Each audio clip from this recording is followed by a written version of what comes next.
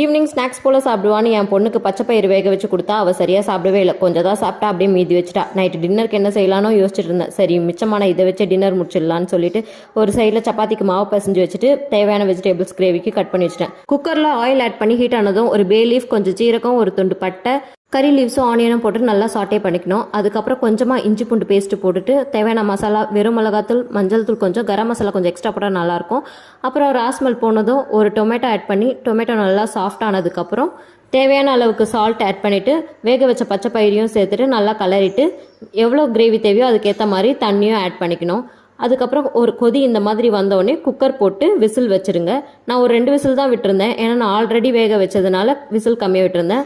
இல்லைனா ஒரு 4 to 5 whistle விடணும். இப்படி எடுத்ததும் நல்லா கொஞ்சம் மேஷ் பண்ணிவிட்டால் இன்னும் டேஸ்ட் நல்லாயிருக்கும். அப்புறம் ஃப்ளேவருக்காக கொரியண்டர் லீவ்ஸ் ஆட் பண்ணால் கிரேவி ரெடி. இன்னொரு சைடில் சப்பாத்தியும் போட்டாச்சு.